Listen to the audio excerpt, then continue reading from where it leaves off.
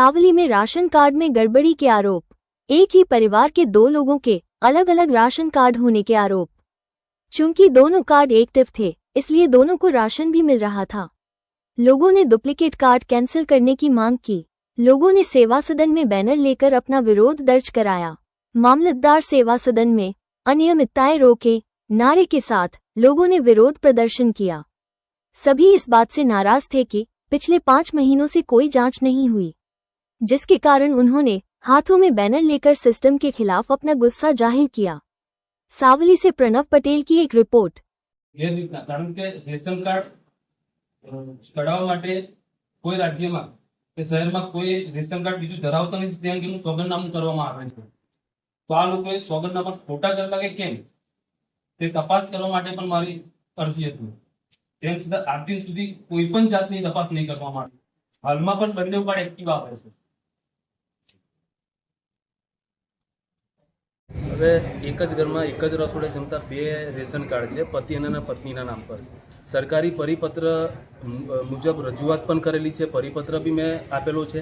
તેમ છતાં આજે 5 મહિનાનો લાંબો સમય વીતી ગયા છતાં તેમ આજ દિન સુધીમાં કોઈ કાર્યવાહી નહીં કરવામાં આવી।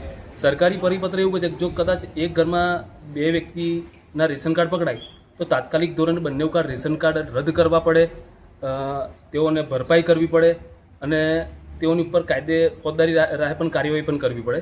તેમ છતાં આજ દિન સુધી આ લોકોએ અવારનવાર મને ધક્કા જ ખવડાવેલા છે કે આજે થઈ જશે, 2 દિવસ પછી થઈ જશે, 10 દિવસ પછી થઈ જશે। અને આના માટે હું બરોડા ડીઓસો સાહેબને પણ મળીને આવેલો છું, ત્યાં પણ મેં પુરાવા આપેલા છે, ત્યાં પણ રજૂઆત કરેલી છે। તેમ છતાં આ લોકો ઉપલા અધિકારીની પણ વાત નથી માની રહ્યા।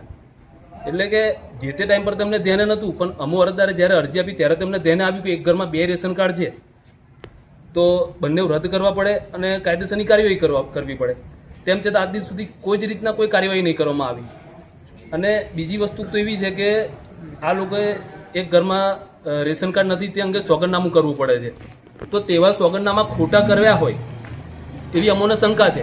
અને સોગંદનામું ખોટું કર્યું જોઈએ, કારણ કે રેશન કાર્ડ માટે ગુજરાતના કોઈ રાજ્યમાં કે કોઈ જિલ્લામાં બીજું નામ અમારું રેશન કાર્ડમાં નથી તે અંગેનું સોગંદનામું કમ્પલસરી છે। એટલે એ સોગંદનામું ખોટું કર્યું હોય એની પર ફોજદારી રાહે કાર્યવાહી કરી શકાય। તેમ છતાં જે તે અધિકારી અમારી વાતને નજરઅંદાજ જ કરેલી છે। અને બીજી વસ્તુ કે મેં પોલીસ સ્ટેશનમાં પણ એક અરજી આપેલી છે અને બીજી પોલીસ સ્ટેશનમાં પણ આ લોકો સાથ સહકાર નથી આપતા।